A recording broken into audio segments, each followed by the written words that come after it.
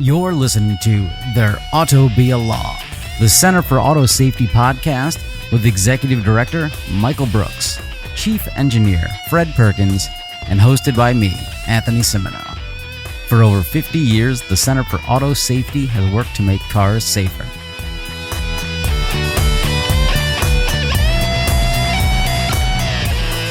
Hey, everybody.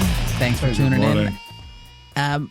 So doing this kind of work where you're doing consumer safety or any sort of advocacy, it's generally like it takes decades before you make an impact on the world. It's a long, hard struggle. And we do it because, one, it's needed to be done. And two, because you're supporting us. You're helping us out. Before I jump in, you've gone to autosafety.org, click on donate, right? Good. But today is a rare moment where we can celebrate an early victory. And for me, I take this very personally because I personally think it's me that made the world slightly better today.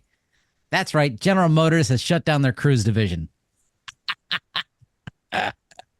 Their Cruise division was their autonomous BS generation nonsense where they spent over $10 billion to drive over a woman, drag her, and then lie about it. This was available in San Francisco. It was run by this lovely guy named Kyle who basically, he liked remote control cars as a kid. And for whatever, GM said, here you go, run our autonomous vehicle division with no history at all in the automotive world, no history in safety world, no history in traffic and whatnot, because GM said, hey, we're afraid. Maybe we're not that impressive. Let's give it to some kid in Silicon Valley and let him do it. And well, $10 billion later, they came to their senses. And I think it's because they've listened to this show and they've listened to me reiterate the math repeatedly that self-driving taxi business is a loser. Waymo will eventually come to this conclusion too, but their pockets are much deeper. So they've got a longer period of time before they burn out enough cash. And Google says, wait a second, aren't we an advertising company? But yeah. That's...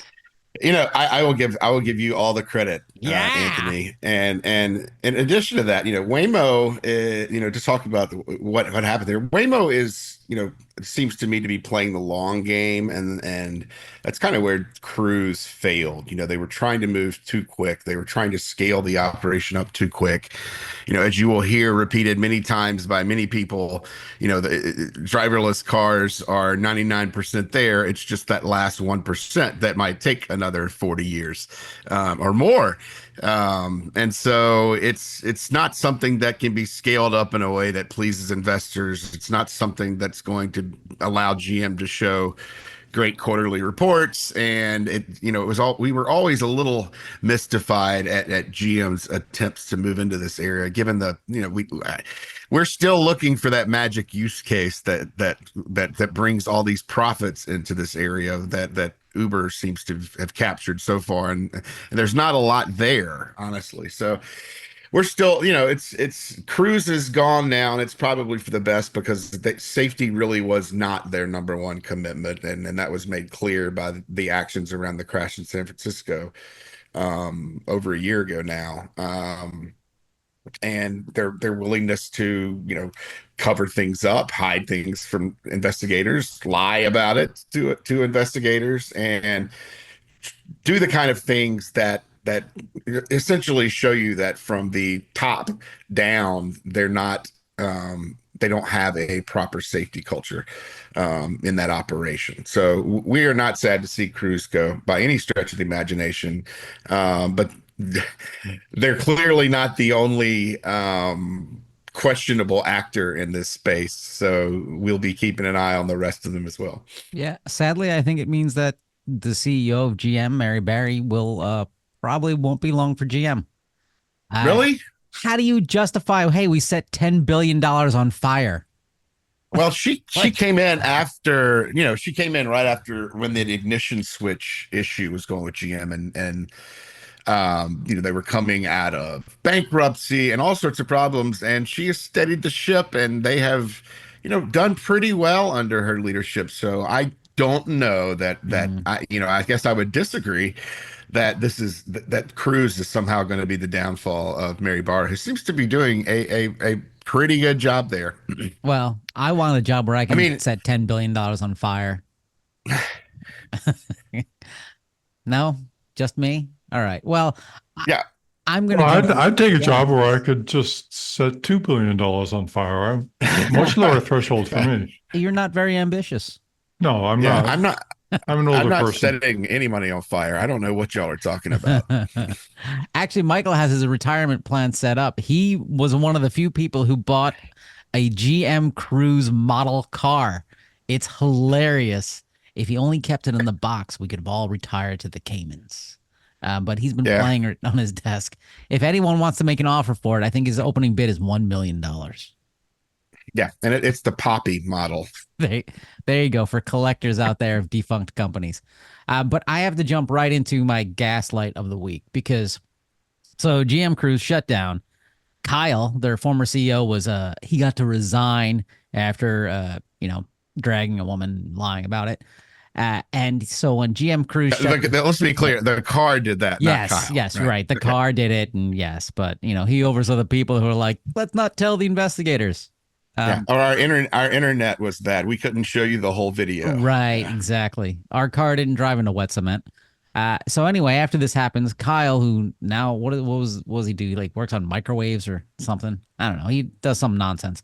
Uh, and he I think it's smaller robots that aren't capable of hurting people. Right. oh well, that's good. He went on Twitter and he posted, in case it was unclear before, it is clear now. GM are a bunch of dummies.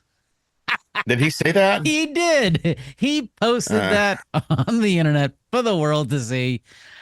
Oh, there's got to be Ah, a non-disparagement clause in his separation agreement. I think that's going to come back to haunt him.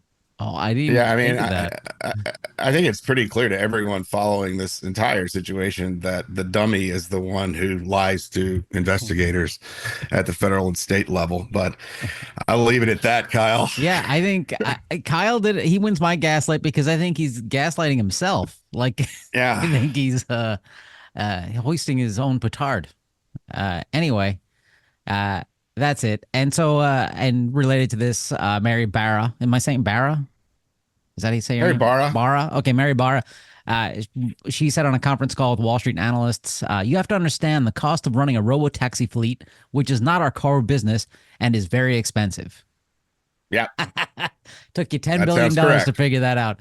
I sat down one afternoon for Well, like an hour and just did basic math. I mean, when you look at the world they were entering when they started Cruise, I mean, it's not an absurd proposition that a major automaker should get into it, right? You have Tesla claiming autonomy, even though Well, that's another lie.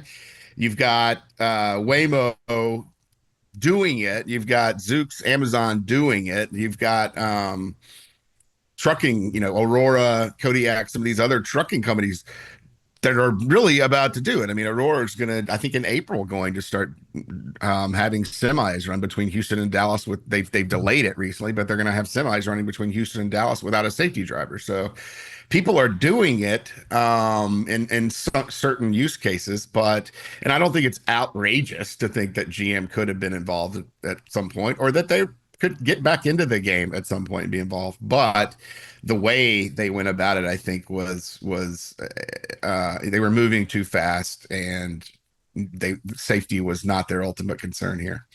But GM builds stuff. They don't run taxis. I mean, Yeah, it's a fundamental flaw when you try to get into a business about which you know nothing, and the only thing you bring to the party is a pile of cash. yeah, they sat at the poker table and didn't realize they were the sucker. It's something I think you're right, Michael. I think they could get into this. This is not an industry you want to be first mover advantage. Most yeah, industries you and don't and really want to be first mover, but I think they're saying that they're going to continue to develop autonomous vehicle technology, but it sounds like they're looking more at autonomy from the driver assistance area. They're certainly joining the pack of automobile companies who are trying to turn your driver's seat into a couch in your living room, and putting out systems that are going to be telling people that they can take their attention away from the road at certain points. I wouldn't take that advice quite yet, no matter how much the car costs. and that's a great segue for our first non-GM Cruise story. AAA has come out with a report about it is the Traffic Safety Culture Index driver profiles, and it talks about. I guess this is people self-reported their risky behaviors, and from the Yeah. breakdown, it was like safe drivers were like 34.9%, speeding drivers 32.6, distracted 19%, distracted and aggressive 11%, and most dangerous 2.5%. And the distracted drivers were all like when we had the sheriff on from nearby Fred's point of view, and I asked him who's more dangerous, drunk drivers or teenagers. He said people texting. They're the most dangerous drivers. They're distracted drivers. And so this report, this is all based off of people self-reporting, which is fascinating. Who put down that they're distracted and aggressive? Like, I kudos for having that self-awareness, but if you have that self-awareness, pull the car over, get out. Like, what's happening? Well, I don't think there's a checkbox for distracted. I think what they did is they had a questionnaire that said, have you done X within the last 30 days, or have you done Y within the last 45 days? From that questionnaire, AAA extracted these categories. So I don't think that people had to condemn themselves. Yeah. And there was probably a lot of hedging going on as well. Mm-hmm. Yeah, that really helps in surveys when you don't just directly ask the respondents the question you're trying to get at. But the thing that besides the really scary percentages that Anthony read out, I mean, they make sense and they sound about right. But around a third of the drivers on the road are trying to be safe and rarely engage in risky behaviors. But the rest of the people on the road with you, 2/3 of the people are either distracted, speeding, distracted and aggressive, or very, very dangerous drivers. So what a lot of the surveys show to me is that there is kind of a huge amount of cognitive dissonance between what kind of behaviors we know are unsafe versus what behaviors we'll then be willing to go on and engage in when we're in a car. So you see 93% of the response to the survey saying, I recognize the dangers of texting, emailing, or reading while driver, but 27% of drivers sent a text or an email, 37% read a text or email, and 36% held a phone and talked on it in the past 30 days while driving. Out of that 93% that say they know it's dangerous, we're still seeing a very large amount of people ignoring what they know and behaving in a way, and it's a constant struggle. I mean, I think we all struggle with it to some extent. I've resorted to absolutely turning off my phone in the vehicle, which is difficult to do if you want to use Waze. So I have to turn off my notifications, and I just don't want to be bothered. I don't even want to have the temptation to get a text or something while I'm driving, because the temptation is going to be there every time the notification pops up, and you have to, if you're going to walk around and say, hey, I don't text and drive, or I don't read text and drive, or talk and drive, you have to resist every single one of those. It's not easy for people to do if they have a loved one calling or texting, if they are in heavy traffic and moving along at slow rates. They might think it's more okay to check a phone or something like that during those time periods. So that's the thing I point to here most, is despite the fact that it seems that everyone pretty much understands that being distracted is a bad thing, or that driving fast or being aggressive or driving drowsily, we all recognize that those are dangerous behaviors. A large percentage of us are still willing to engage in those behaviors and take that risk, and that seems to be where what this study points to, is that there's a dissonance there that we really need to work on as individuals and as a country. Hey, Anthony, I've got a math problem for you. I Oh, read somewhere that 80% of drivers think that they're better than average. So my question to you is, why does this mean that 30% of drivers are delusional? well, 90% of the people know that 50% of the time that most people are wrong. So you're You passing on lost that. me. Yeah. Exactly. You just throw out some numbers, percentages, and you both look dumb on your face. Well, that's because Maybe I look dumb. by definition, an average driver is anything more than 50% or is 50%, right? So if 80% of the people think that they're better than average, that means 30% of the people are delusional because it's impossible for anybody, the average is 50%. So I mean, there you go. I could go with that, Fred. Just generally, 30% of the population is delusional. I think so, yeah. And my dating history, indicates that. There are very few wanted to go out with me. So, So you were delusional 30% of the time? well, no, those who agreed to were They, delusional, but Oh, yes, yes. See, well, confused. They weren't delusional. They were optimistic. Okay? Optimistic. there's a fine line between them. But anyway, I Between digress. delusion and optimism. Uh, there is. It's called, Tesla full self-driving bears that out. right. So I think what we're talking about, the distracted drivers, one of the greatest things that's happened in the last, I don't know, say 30 years is I remember back in the 90s, you'd print out MapQuest directions and you would hold them, the Yep. printed paper on my steering wheel, driving, looking, Yep. driving and looking and driving and looking. I'm amazed I never hit anything. Whereas now you just plug in your phone and you say where it's going to go and it will talk to you and say, in 300 feet, turn left. And then you're like, oh, okay, but I'm still looking at the road. I'm not looking down at the screen, which is better. And the software keeps getting better. So I appreciate that quite a bit. So hopefully that will reduce things because I don't know who's physically picking up a phone. Like, can you, like for the last decade, can't you plug all phones into cars? No. At least the last 5 years. Yeah, you can. A lot of people don't.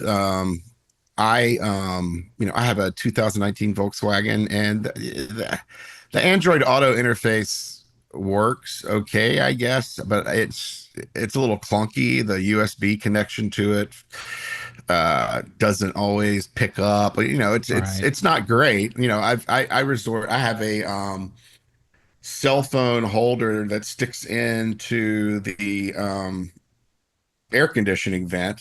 And basically, so I will have a map right there within my line of sight, and I'm not having to look all around the car for it when I need to look at the map. But I find that a little easier to use than the touchscreen interface. And actually, the touchscreen is a little more out of my view than Right. the cell phone is where I've placed it. So that works. That works for me. Um, I don't know. I didn't really enjoy. I mean, my touchscreen is a kindergarten version compared to what you're seeing in more modern vehicles that have just multiple very large touchscreens. Mine is about 4 by 6. A very small screen. So it's not going to help with distraction. I'm not sure if some of the larger screens have better interfaces or UIs that prevent distraction a little better than this one might. I'm sure some of them do, although I'm sure at the same time that they're large screens that present lots of distractions at the moment because there's not a lot of, there's no regulation or there's very little to prevent manufacturers from putting distracting things and all sorts of stuff on those touch screens at this point. So it's kind of the Wild West there. Hmm. Well, for those people who describe themselves as driving aggressive, when you find yourself in this situation, do everybody a favor, pull over, just take a breath, realize this is not a competition. You're not in the middle of a war. This is not a battlefield. Because I might Yeah, be on the road. I've found recently that just leaving really early and arriving early is great for safety and blood pressure. So I advise proper planning. What I find perfect is the other day I was picking up my wife and I guess I had too much coffee that morning and she's just like, before we even leave, she's like, I'm driving, get out. And I was like, so Yeah, everybody needs a driving buddy. But the thing is, you have a tell. yeah, exactly. But the thing is, she drives so close to other vehicles. I'm like, stop it. Yeah, It that's makes tough. me. But anyway, moving on. The Insurance Institute for Highway Safety has a great article we're linking to called "Vehicle Height Compounds Dangers of Speed for Pedestrians." This is something we've talked about a lot. The higher the vehicle, the worse the injury. So from the article itself, Regardless of vehicle height, higher speeds were associated with increased risk of injury at all severities. Pedestrians struck at 20 miles per hour had a 46% chance of sustaining at least a moderate injury, such as a broken bone or concussion. At 35 miles per hour, the risk of moderate injury climbed to 86%, and serious injury rose to 67%. In general, higher vehicle front ends increased the likelihood of both moderate and serious pedestrian injuries. At 27 miles per hour, the average speed of all the crashes in their study, the median car had a 60% chance of causing moderate injuries and a 30% chance of causing serious. And a median height pickup with a front end 13 inches higher than that of a median car had an 83% chance of causing moderate and 62% chance of causing serious injuries, which is that's like double for the serious injuries anyway. And I didn't realize the pickup trucks were 13 inches higher, the front ends. That's significant. Yeah, I mean, you're moving up on the body there, and in doing so, you're going to get closer to organs. You're going to, some pickup trucks are, up near the head neck area. They've gotten so high in many cases. So even at what might consider to be low speeds, 20 to 25 miles per hour, there are significant problems with the pickup trucks compared to the average sedan. And they even did a comparison, which is interesting, between adding German vehicles into the list, and found that the European standard that applies to German vehicles at does a better job of preventing injuries to pedestrians than the sedans or the median normal cars that were studied from America. So once again, Europe seems to be leading the way here. Does the European standard, does it require lower hood heights? The European standard had already put in place what NHTSA started to put in place this fall, which is some protections to pedestrians that go over the hood to protect the head area from impact. So those standards were already in place. They were already building cars with those standards in place. A lot of European manufacturers had put in kind of the hoods that can pop up when there's a collision to reduce the risk of injury to pedestrians or mitigate the injury. So a lot more was being done earlier in Europe on this issue, which is why they're showing up a little better in the stats. Well, the Euro NCAP includes credit for pedestrian protection. The US NCAP does not. And that's really what's driving Europe to be safer. So NCAP, take a note here. Just put pedestrian protection in your tests. In its last update, that's a lot. Some of that is coming into NCAP. That's what their update from 2-3 weeks ago that they came out with was. It applied both to automatic emergency braking, blind spot warnings, lane keeping, but also had some tests for pedestrian risks. Now, I mean, I think we still have some issues with the way they're going to be comparing and contrasting the winners and losers there, but it's good that they got them in, and we'll see what the administration that's coming in does with that. So right now these are in, but the brave new world we're entering, is it possible they get just yanked out? I don't know. I mean, NCAP is an area that manufacturers like, to some extent. They like the comparative qualities of it. They like to be able to say we got 5 stars and our competitor didn't. And I don't know. There are quite a few things over at NHTSA that I think that the industry has a problem with before you get to NCAP. So I don't know what's going to happen with NCAP. I don't expect it to be improved at any great rate. It never really is, but traditionally during the previous Trump administration, NCAP did not get any improvements. So I would guess that we could expect much of the same. Maybe not, undermining the program, but at the same time, not improving it in a way that could really be beneficial to consumers in the next few years. But your donation will help us keep putting the pressure on NHTSA moving forward to make cars safer. Go to autosafety.org, click on donate. Help stick it to the man. Is that no? That's not really what we do. But I like the way it said, and Michael giggled. Let's go on Consumer Reports. They came out with their owner satisfaction reliability survey, and okay, drum roll, please. Drum roll, please.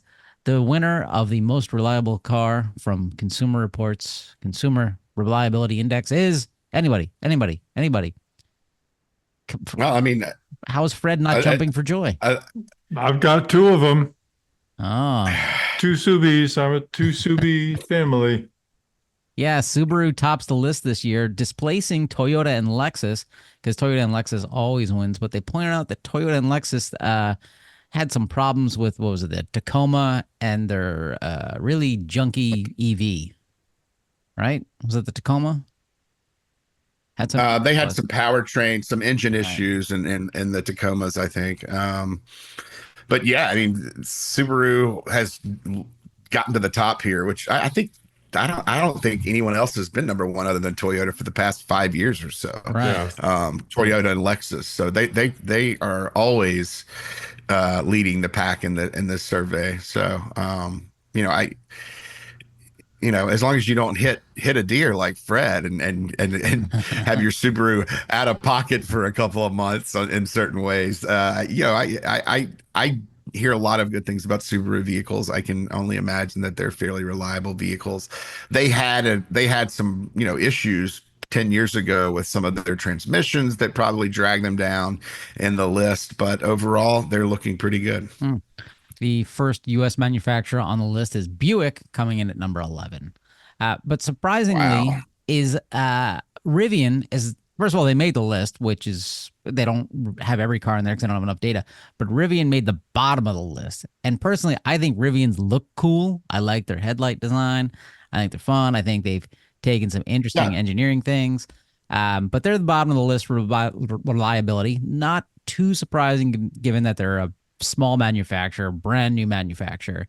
But then at the same time, Consumer Reports comes out with their owner satisfaction ratings, and Rivian makes the top of the list, which is just, Yeah. I think it's more money than brains problem. Like, I guess if you Yeah. spend 100 grand, you're gonna be like, I love it.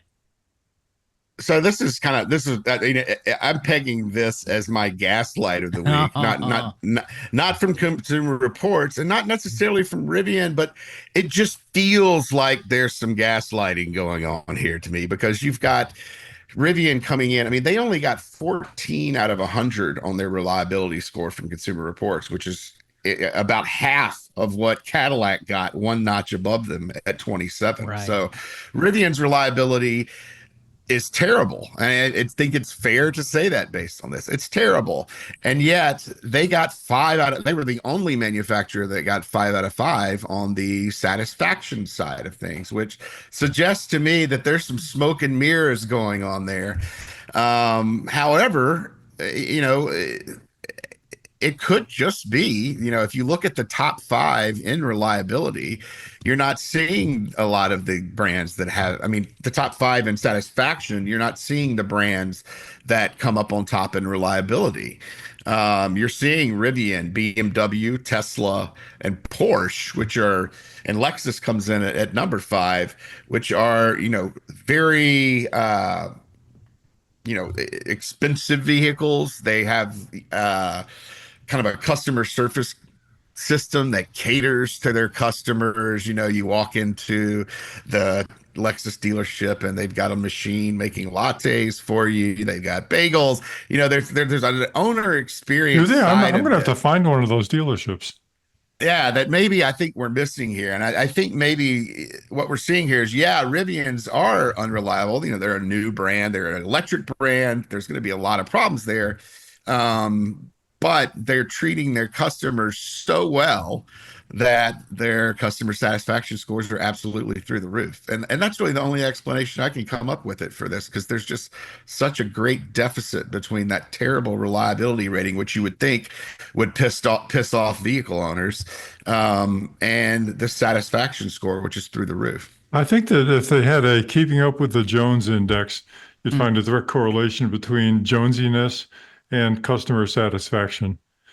There's it's the same thing as selling these pickups with the extremely high front ends. It's just a lot of chest thumping going on, a lot of testosterone poisoning going on. But I think in the case of the uh, satisfaction index that they're talking about here, there are a lot of women involved, so there's a lot less testosterone poisoning, but I think a lot more social positioning uh, that gets involved in this. I know people who've got the Porsches and they're really partial to them, and yeah, you can tell who's got a Porsche because they'll always tell you. That's interesting. Well, that's why I'm always wearing my Ferrari jacket and my Ferrari keychains and all this stuff. I think you're Yeah, right, though. I've moved on. I've moved on to Paganis. Oh well, you're a 0.001 percenter. Okay, but I think it's right because I think everybody's had the experience where you've paid way too much for something and it's more of an emotional decision, and you don't want to admit, oh, I got suckered. I bought something stupid. So you're gonna be like, I love it. I love it. Yeah. It's falling apart on me. I've personally never spent $100,000 or more on something and been dissatisfied. I would have been the person in there screaming like, "Cause that's all my money I've ever seen." But maybe you're right. Maybe the Rivian dealers they come out, they give you massages once a week. I don't know. They give you caffeine, coffee enemas. I don't know. I don't know what they do. It's not my lifestyle. I don't own a vest of any kind. They seem like you have to have a vest to have one of these. Fred's wearing a vest. For all we know, he might be a secret Rivian dealer or a hedge fund magnet because that's the only people I see wearing vests. Yeah, because on the owner satisfaction, Toyota comes in at number 13, which is also insane because I mean, this is not an advertisement for Toyota, but I think it's well known that you can like leave that engine running without changing the oil for like, I don't know, 50,000 miles, 100,000 miles. And it'll be fine. We'll just keep going. Yeah. Well, there's one more factor here, which is that all Rivians are new. And Yeah. for a lot of the cars in that satisfaction list, they're all new. So the Toyotas have been around for a long time. So there's a lot of people driving 15, 20-year-old Toyotas. Maybe they're not so happy with them anymore. So I think that's a factor as well. That's a good point, but Yeah. also not every Toyota has been recalled the way a Rivian has. Actually, it's well, Oh, most of their Rivians have been recalled. Not all. and there's another thing in the article I think is worth pointing out or taking a look at. As part of the reliability ratings, they saw that plug-in hybrids had 70% more problems than gas-powered and hybrid vehicles. And that electric vehicles had 42% more problems noted than gas-powered and hybrid vehicles.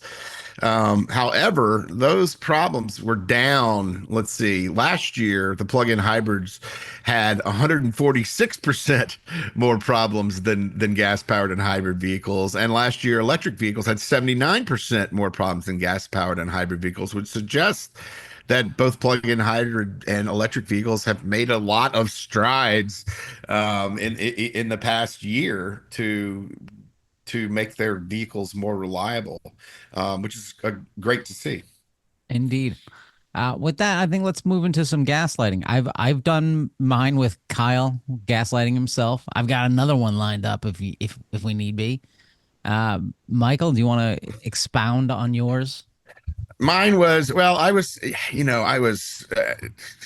thinking about doing the Rivian one, but I'm still not sure that that's a gaslight. I'm a little, I don't think it qualifies. So I'm going to switch to, since this may be our last chance to talk about Cruise, I'm going to switch to Kyle from Cruise. Cruise. But actually, I'm not going to go with Kyle. I'm going to go with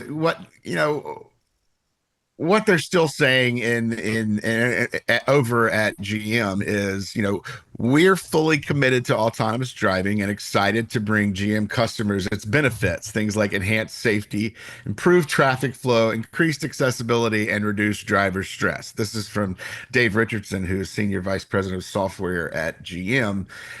But these are still kind of the same claims we have been hearing from Cruise the whole time with its, humans are terrible drivers spiel. We're going to enhance safety with autonomy. We're going to improve traffic flow. I don't think there's been any proof whatsoever posited that autonomous vehicles have done that. Accessibility, I don't understand how you think accessibility is improved with autonomous driving. That's something we've had a number of contentions with, and reduced driver stress, which I'm not sure if it's reducing driver stress when they're having to monitor the actions of a robot that can also control their steering at the same time. That's not reducing driver stress for me if I'm in a car. So that's going to be my gaslight of the week. Just GM's continued aspirationalism about the greatness of autonomy without any real proof that it's going to be helping anyone anytime soon. Excellent. So, Fred, before we get to you, I want to point out that Michael gets an automatic plus 100 for choosing GM Cruise, but he also gets another plus 78 for using the word aspirationalism. I mean, I'm not even sure if that's a word, but I love it. So, Fred, you've got quite the challenge. You're running a deficit. Take it away. You're familiar with the recycling of sewage debris? People use it as fertilizer. Yeah. Yes, Yeah. It's yes. everywhere. It's hard. It's actually, if you're getting soil for your yard, it's hard to avoid getting the human poop. Yeah, and it's great. It gives you kind of a good feeling that you're recycling things. Unfortunately, it leaves lethal chemicals in your yard. So Heavy metals. heavy metals and forever chemicals and things like that.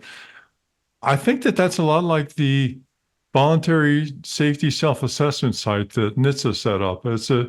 It's a rich source of things that kind of make you feel good, but it's filled with lethal byproducts.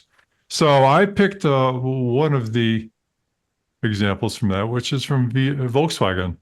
They have their VSSA on that website, and I've got a couple of quotes from it. So first they say, "We intend to update our VSSA as our story progresses." That sounds really good, except there's no date on the VSSA, so it's going to be really hard to know when they've updated it. So that's kind of a good start. They go on to say, "We welcome feedback from the public, regulators, and all stakeholders." But they don't offer any means to do that. Michael, I'm sure you've had lots of calls from them getting, soliciting suggestions on how they could improve the safety, right? Yeah. Yeah, okay. In fact, I think I can hear your phone ringing right now. You just don't answer while you're driving.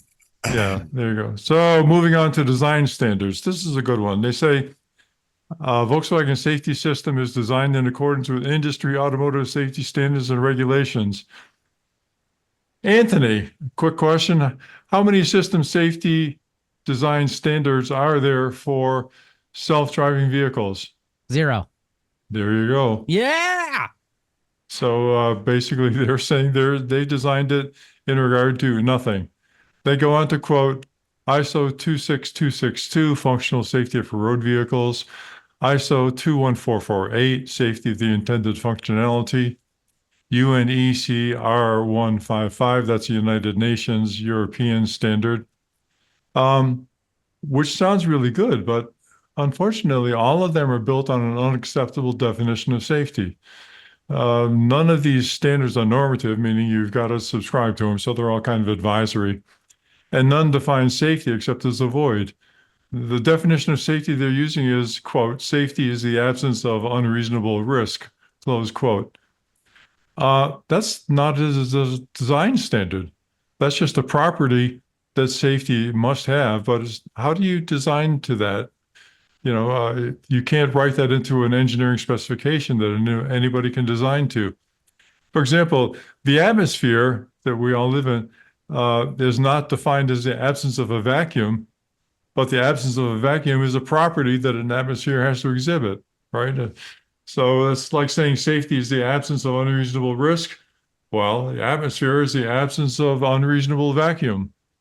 Makes no sense, right? But it's also true. So it's a great gaslight criterion. Safety criteria. While we design and test the ID Buzz AD to recognize and respond to many situations. We understand that the ID Buzz AD will experience situations that could not have been anticipated. To address these situations, we've implemented tools to detect unknown situations in the surrounding environment. We will analyze these edge cases and use them as opportunities to improve our ADS. We will detect unknown situations. That I'm quoting that. Yeah. This is So, some precognition stuff. yeah, pretty Talk good. about I a wish I had some of priori. that. I'd buy more lottery tickets if I had that. Ooh, I So, love the lottery. the question is, what criteria will be used by Volkswagen, since there are no regulations, to determine that its level 4 vehicle is safe enough for initial testing, or for determining when its safety goals need modification? VSSA is silent. They don't tell you what their safety goals are. They just tell you that they've got them. And then finally, the final quote here is, as we transition away from safety drivers, ADS will be responsible for system fallback and for achieving a minimal risk condition, MRC. All safety relevant subsystems will be monitored continuously and provide active feedback. If an event arises, yada, yada, yada, the safety of the passengers and all traffic participants have the highest priority in the selection of the most suitable transition to minimal risk condition. The minimal risk maneuver ends in a minimal risk condition. Well, that sounds good. The only problem is that they don't say what the definition of MRC is. And the minimal risk condition formulated by SAE and its J3016 best practices is not inherently safe. And any system that relies on SAE's MRC is the safe harbor for fallback, which they have to do in the event of a fault or departure from the operational design domain, is fundamentally flawed. Equating MRC with safety is no basis for safe AV design. So that leads me to the conclusion. At its heart, VW's VSSA does not describe their safety goals, does not adhere to any quantifiable safety standards, and it is an excuse and bullshitting the public into believing that VW has public safety at the center of their AV development. That's just wrong. Hence my gaslight nomination. I mean, it started off really strong talking about fertilizer. That was, you're getting up there. You mentioned a lot of acronyms. That's minus some points because, TikTok. But then you came out okay there at the end. But this week's winner has to be me because GM Cruise is gone. I don't think you're unbiased, Anthony. I don't think the voting public cares. Okay. But That's hey, a good point. That's a good point. listeners, if you enjoy the dulcet tones of Fred Perkins' voice, if you donate a significant amount of money, Fred will record your answering machine message. If you still have an answering machine, we'll use some of your donation to recycle it, I guess. I don't know. Who has a recycling machine? We're going to record it in a wiggly, piggly parking lot. Oh, boy. Oh, boy. Anyway, let's move on to the next story. Oh, this is a bad transition. There's an article titled Family Blames Elon Musk for Son's Death While Driving Tesla in Autopilot Mode. The family of a California man who died in a horrific crash while his Tesla was in autopilot mode is suing the electric car maker over claims by the company and CEO Elon Musk that its self-driving tech had been perfected and was ready for the road. So this is another case where someone bought a product based on the CEO of the company saying this is what the product does. And unfortunately, if you listen to the show, you know that the Teslas do not drive themselves. And unfortunately, in this case, somebody died. And if you listen to the show, you also know that Teslas have a terrible habit when they're in autopilot of not recognizing the fact that there is a giant flashing fire truck in the road in front of them and plowing into the back of it, which is what happened here. This happened in 2023, I believe. So the story is about a lawsuit that was recently filed by the family, and I believe the brother of the driver. The driver was killed. His brother was injured in the crash. It was in February 18th, 2023. And essentially they were on the interstate going down the road in autopilot vehicle. did not see the fire truck that was in the lane in front of them. It was parked across two lanes of traffic, so it was in out in the actual road with the emergency lights on. It was diverting cars from another collision that was ahead, and unfortunately, the driver did not see the crash ahead. Apparently, he was over relying on the Tesla technology to prevent this kind of thing from happening, and it didn't. And so it's yet another case of, both driver complacency. Obviously, the driver did not do a great job here. But that's what happens when you have a company like Tesla, naming products, things like autopilot, full self-driving, and providing drivers and all of us really with false confidence in their product, that results in tragedy when people overtrust it. Sad news. Next up, here's one. Hey guys, you already know the answer to this because you've done your homework. Which state has the worst, has the most dangerous traffic laws? I know you're thinking, hey, Montana, you can drive whatever speed you want, but no, not Montana. Wait, Fred, did you not read ahead? Oh, Fred, take a guess. Missouri, I think, is what Oh, they god said in damn the it. article. I did do my Yeah. homework, Anthony. Damn it.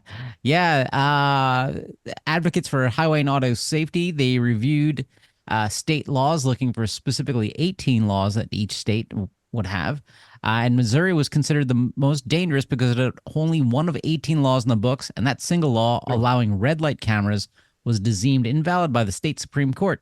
That means since 2015, red light cameras have only been operational in one town in Missouri named Hannibal, Missouri. Uh, so what are these other 18 laws that the state of Missouri is just like, yeah, we ain't doing this? Is Well, it they have a list. seatbelts? One of them is the recommended law that makes not wearing a seatbelt a primary offense. In most states, it's a secondary offense. So you have to stop for something else. And if they then discover you're not wearing a seatbelt, you can get ticketed for that. So a lot of the laws were like that. In fact, I was surprised to see how low on their list Massachusetts was, where I happen to live, especially when you compare it to the excellent highway safety records that Massachusetts offers its citizens. So that was interesting to me. But Massachusetts, like most states, does not have a primary violation available for front seatbelt use, nor does it have it for back seatbelt use. And these are among the laws that are recommended by the article. Yeah, and this is all drawn from the work of advocates for highway and auto safety, which it goes through essentially all of the state laws that have an impact on driver safety.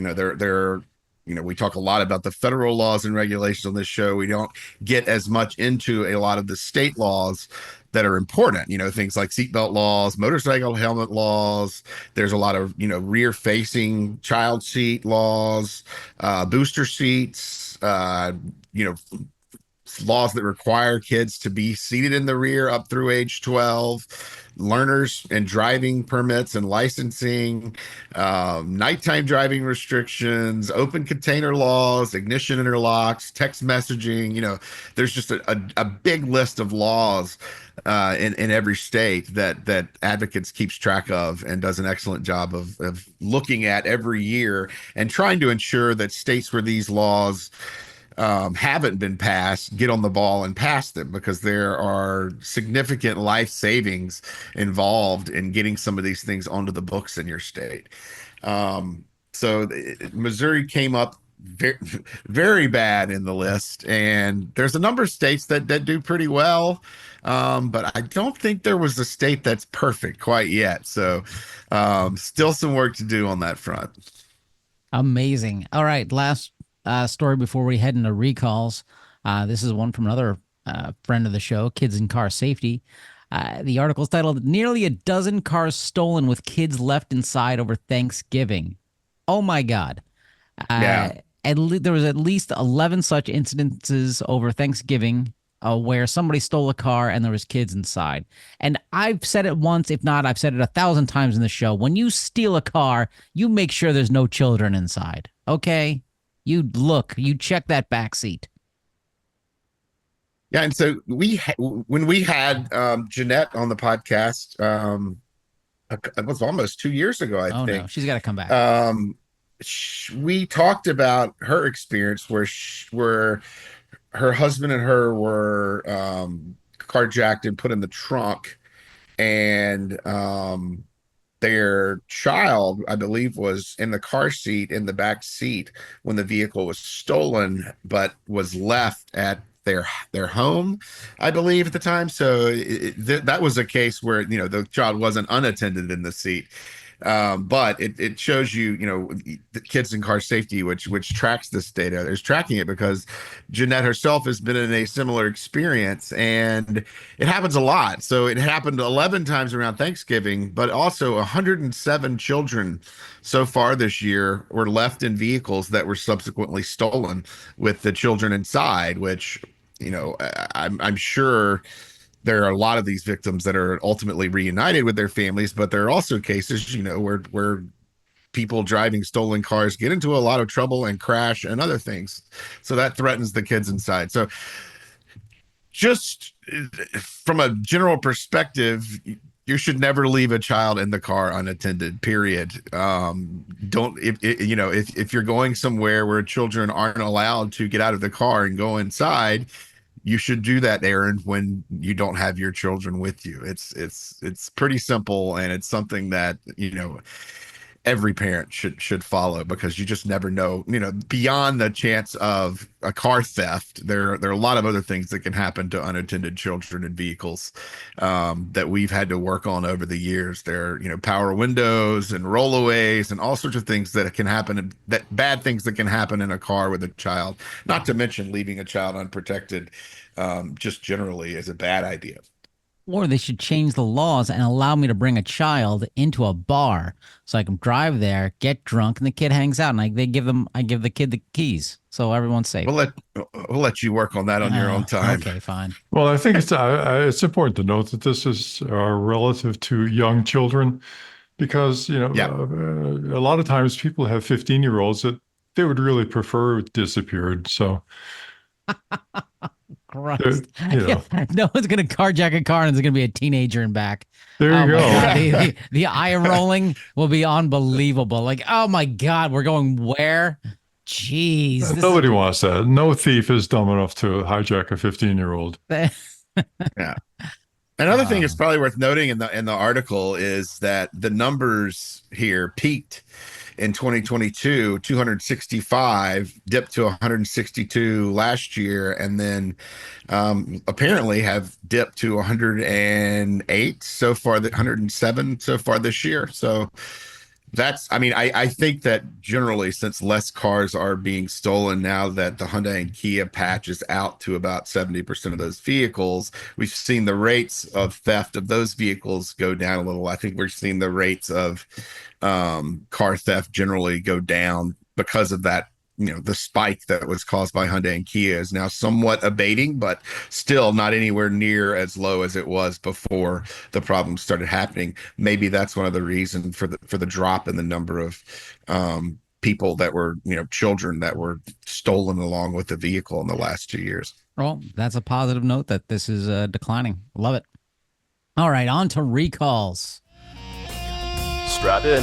Time for the recall roundup.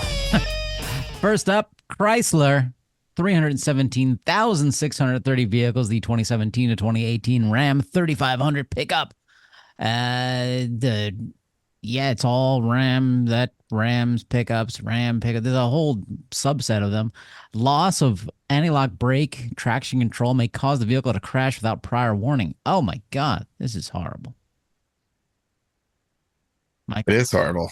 It's a pretty big recall. So it's 317,000. These are the larger Ram pickups, the 2500 and 3500. And essentially they have a brake hydraulic control unit that also impacts your anti-lock brake system, your electronic stability control system, your traction control system. So when there's a failure in the brake hydraulic control unit that impacts all those, you start to have a lot of problems controlling the vehicle when it fails. And so this is an investigation. This was a recall that was influenced by NHTSA. They started an investigation about 2 years ago, November 2022, into this problem. And, they've been meeting ever since, reviewing engineering data. NHTSA started putting a little more of a crunch onto Chrysler over this problem in the last few months. So looks like NHTSA played a significant role in getting Chrysler to agree to this recall. A role that we hope they can continue to play in the coming years in situations like this. Owners are going to hear about this one starting in mid-January, it looks like. And it looks like they're going to replace your hydraulic control unit with what they say is a pump motor brush material change. I don't know what that means, but they're going to fix it. It means it's a pump. It's got a motor brush. Anyway, next up, Honda, 205,000. Well, thank you for that explanation, Anthony. That really helps. It's technical. I'll talk slower. Honda, 205,760 vehicles, the 2023 to 2024 Honda Passports, Honda Pilots, and this could be a fuel fire. What? Oh, no. They have an incomplete connection between the fuel filler neck tube and a fuel filler pipe. The fuel filler neck tube is connected to the fuel filler pipe and is connected to your shin bone. If a leak occurs in the presence of an ignition source, the risk of fire and/or injury increased. Uh-oh. Uh-oh, this is a bad one. Get this one fixed, folks. Definitely. Yeah, this is a bad one. And I think it notes that, I don't know if it notes in here, but you may be able to detect this one by, if you have fuel leaking in that area, you're probably going to smell it while you're filling up your gas tank or right after you get home and you're away from the pumps when there's not a gas smell present in the air. But owners should hear about this one relatively quickly in the next month. They're not going to replace anything. Essentially, what happened here, they didn't properly connect the filler neck tube to the pipe, and they're just going to make sure that the connection is made. So there's no parts that have to be waited for. This is a remedy that should be out and quick and available to owners very soon. All right. Last up, Volkswagen, 4,616 vehicles. This is the 2022 to 2023 Audi Q5 and the 2022 Audi A7. And this is in rare circumstances. The high voltage battery modules may experience a thermal overload, possibly resulting in smoke or fire. Oh, that's not great. And this is for the hybrid electrics. Yeah, and this one's kind of a mystery to me as to exactly when this problem occurs. They said there had been 4 fire incidents that spurred on, the recall, but it doesn't say whether the vehicles were parked, in a garage or out on the road at the time of the failures. There was not a park outside warning issued along with this recall. But I would, just to be safe, if you do have one of those vehicles, you would probably park outside if that's something that's convenient for you in the meantime, because it looks like the remedy is going to take some time. From what I can tell, they're still trying to investigate the root cause of what's going wrong with these battery modules.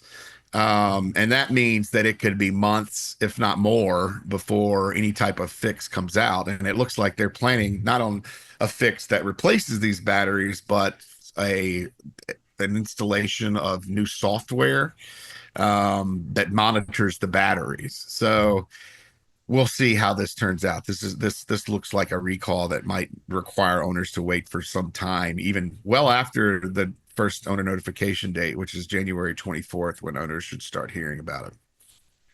And now, listeners, I apologize to Mr. Fred Perkins. We ran out of time for this week's TOW. I'm realizing it now, and it's a good one, so we're definitely going to do it. Can we do cybersecurity and latency next week? I don't know, Anthony. I'm in great demand. I'll have to see if we can fit it in next week. I will make sure. In the fast-breaking world of AV safety, there I was There- looking there forward to this one. Could be a lot of issues here, and Well, and look. and I want to point out that I said wiggly piggly before. It's not. It's piggly wiggly. Oh, Sorry about that, Thank you. folks. look, I want to cover that. As long as GM Cruise doesn't start up next week, we should have plenty of time to get to the Tau. Yeah. So, listeners, thank you. Like, subscribe, tell your friends. Please go to autosafety.org, click on donate. That's how we know that you love us. Or just that's how we keep running. Till next week. Thanks. Bye. Thank you for listening. Bye, everybody. Bye-bye. For more information, visit www.autosafety.org.